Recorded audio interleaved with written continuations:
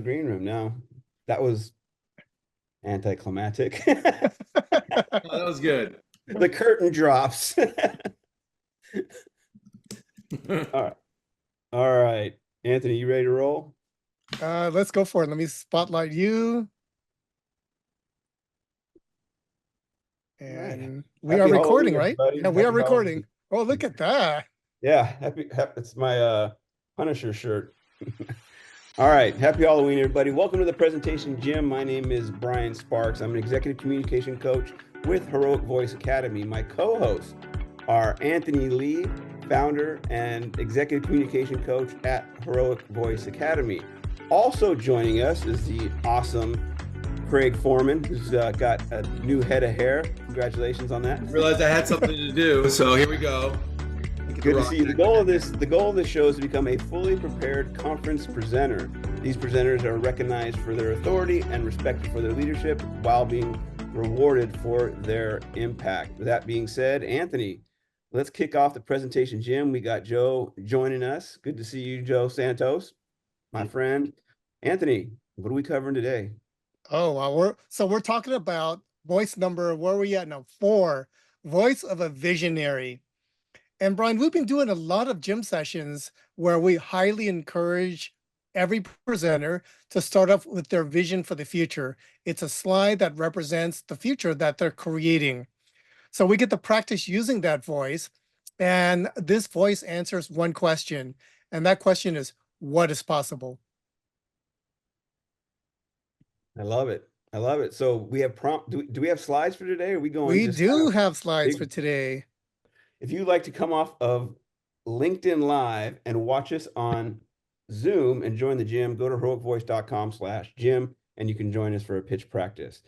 All right, with that being said, kind of to bring us up to speed, we're talking about the voice of a visionary. We've talked about the engagement loop, the contributor, the voice of a storyteller and advisor. With that being said, what are we looking at, Anthony? There we go, visionary.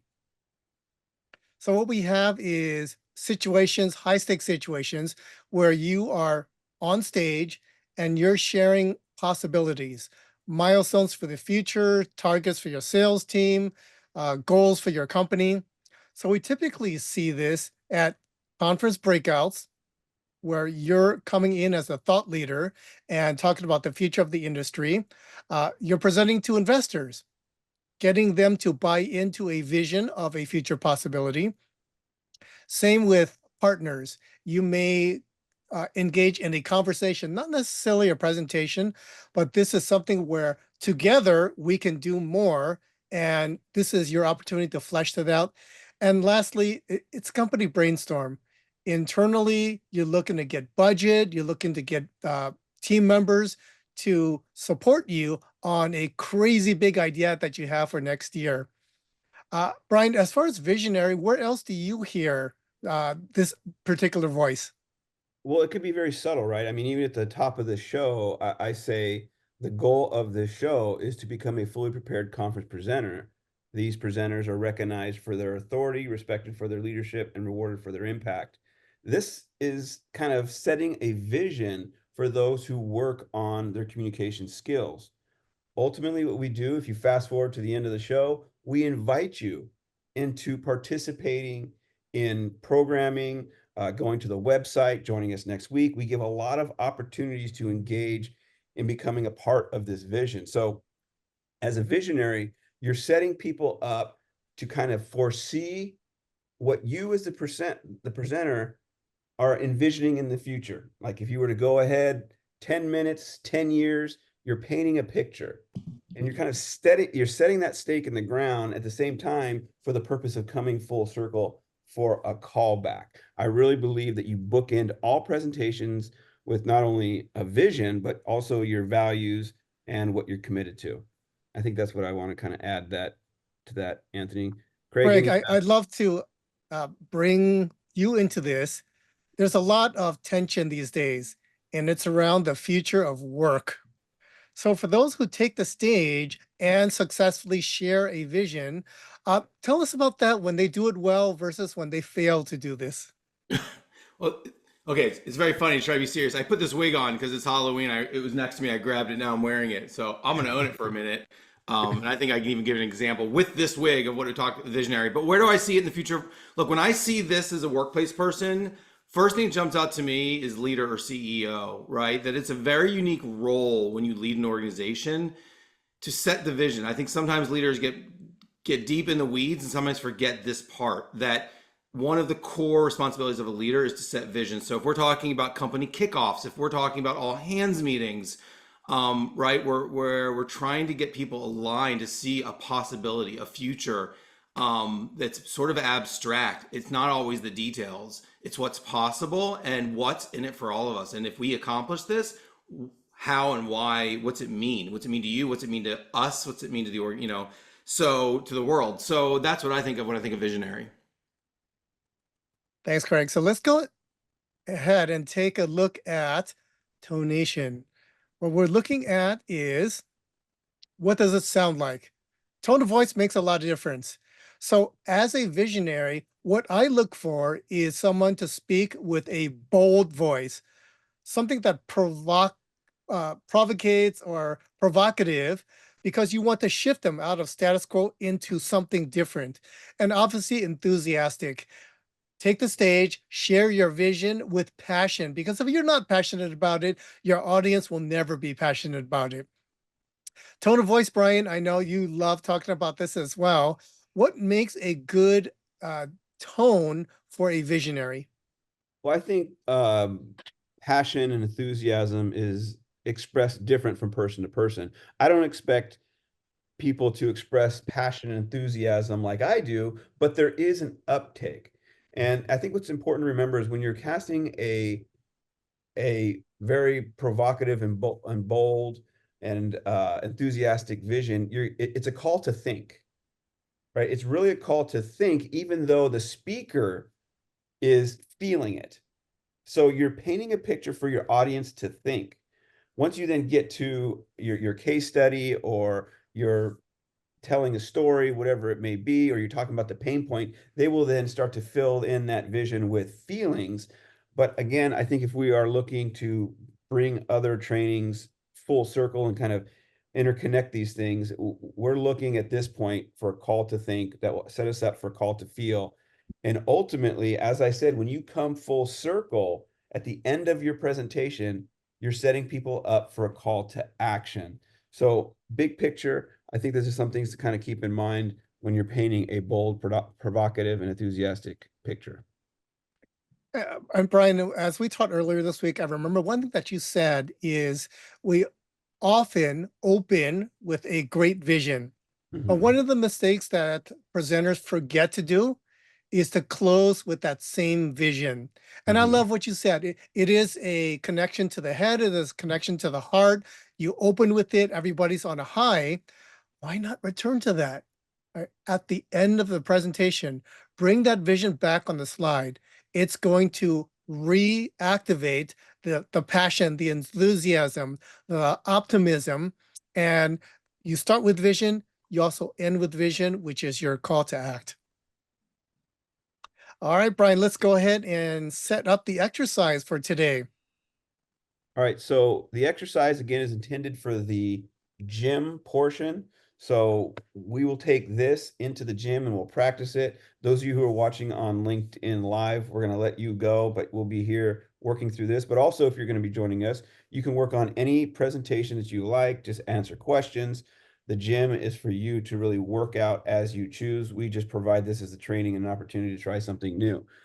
So with that being said, all right, so what we have here, there's three things that really sit, I believe, and we'll start with the first one, right, Anthony, where we'll just talk about Mhm. how we begin. Like, what is that segue into a vision?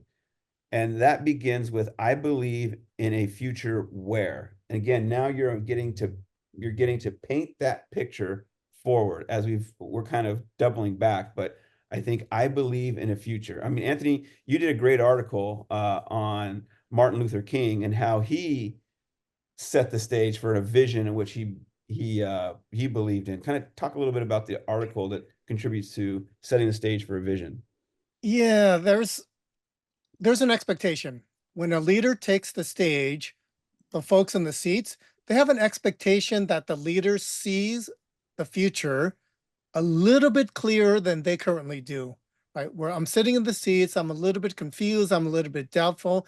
But if there's a leader that takes the stage and has a crystal clear vision, Martin Luther King had a vision of the promised land. John F. Kennedy had a vision of an American astronaut planting that flag on the moon. It needs to be that crystal clear, and your voice needs to represent your belief in it. I like what you said, Anthony, about setting the expectation. If the audience is uncertain, then there's going to be this resistance that will never get you to the heart connection, a call to feel. So I love that you said that. Craig, anything that comes to mind for you from this perspective?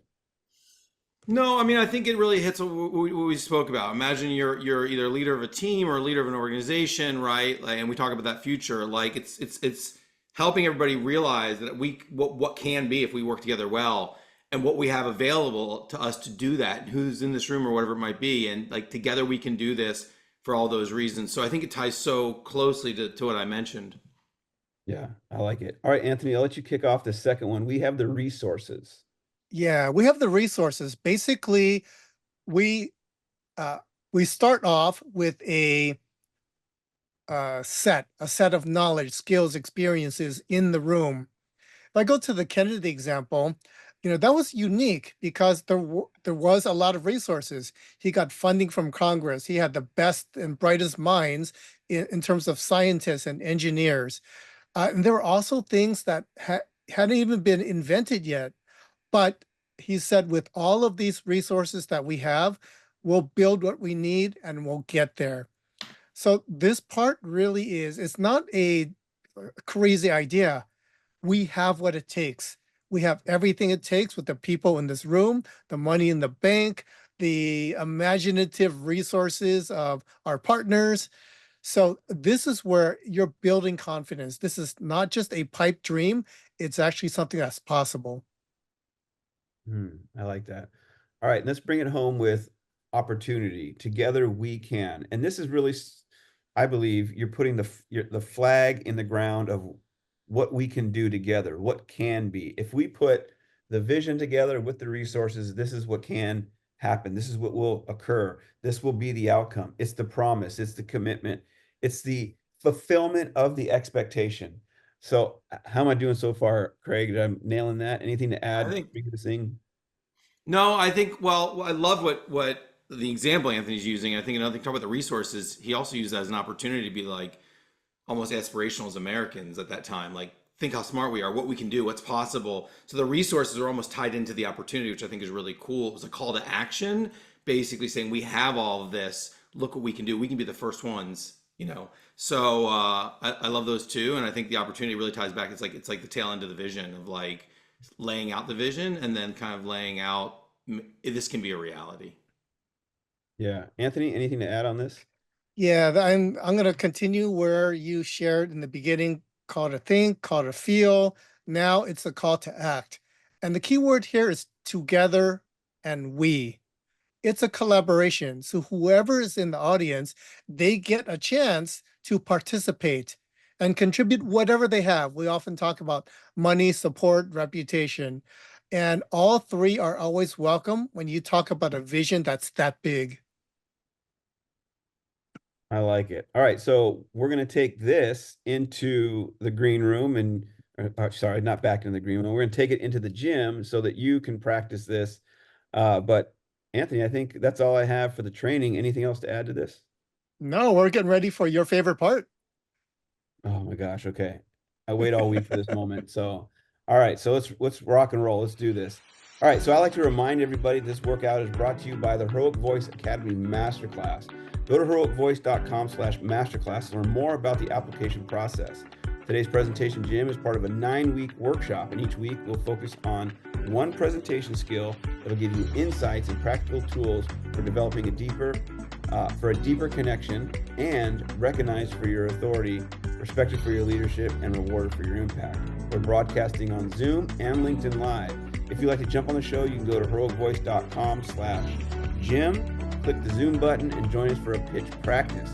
If you miss any of it, you can connect with us on LinkedIn to read the latest articles, watch the latest shows. But if you're looking for the whole enchilada, go to heroicvoice.com/gym.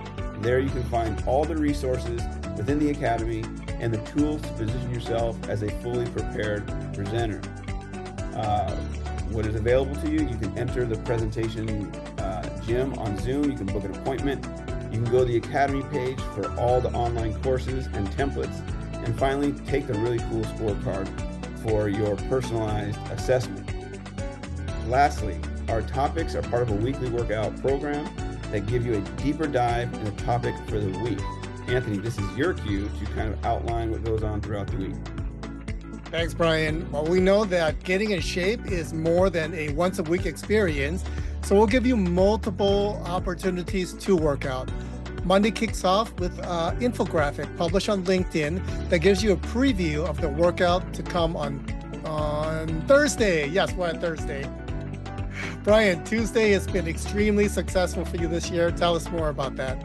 Yeah, on Tuesday, we're always looking for great presenters to come in and talk about the startup ecosystem or your unique experience. On Silicon Valley Impact, we're on 92.9 FM. And again, we're always looking for insightful presenters to come on the show. You can catch that every Tuesday from 3 p.m. or you can go to Apple Podcasts or Spotify to listen to all the shows. Anthony? And on Wednesday, Brian mentioned earlier, I wrote an article on Martin Luther King. There's also another one on John F. Kennedy.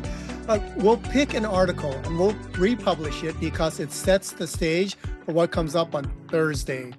And Brian, we are at Thursday. What's going on? Well, we're always here just about every week, 12 p.m. to 1 p.m. with the startup. I keep saying startup with the presentation gym. I feel a little sticky today. Anthony, I know what it is. Something's off. But nonetheless, we're here all the time. Whether we're messy or not, we're here every Thursday at 12 p.m. And then we end Friday with a reposting of the LinkedIn Live. And I'll tag everyone who is joining us. Share with us one takeaway. What was your biggest learning from the gym? We're good. All right. Well, I want to thank everybody for joining us for the micro training. If you are watching on LinkedIn Live, come join us. For those of you here with us today, stay put. We're going to jump in the gym.